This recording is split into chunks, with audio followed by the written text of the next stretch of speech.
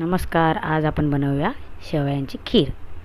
मी साधी घेतली आहे, तुम्ही भाजकीसुद्धा घेऊ शकता. आता आपण भाजूया.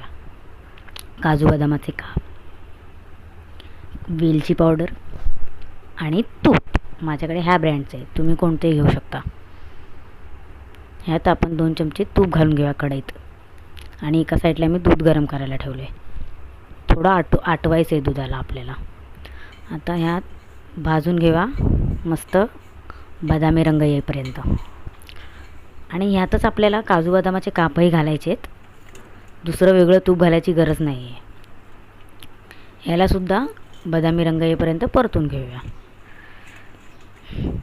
व्यवस्थित छान ढवळून परतून घेऊया. आणि दूध आपलं छान गरम झाले, त्यात आवडीनुसार साखर घालायची. मी ऑलरेडी टाकली आहे, आता मी तुम्हाला दाखवली थोडी. मस्त उकळी येईपर्यंत गरम करून घेऊया.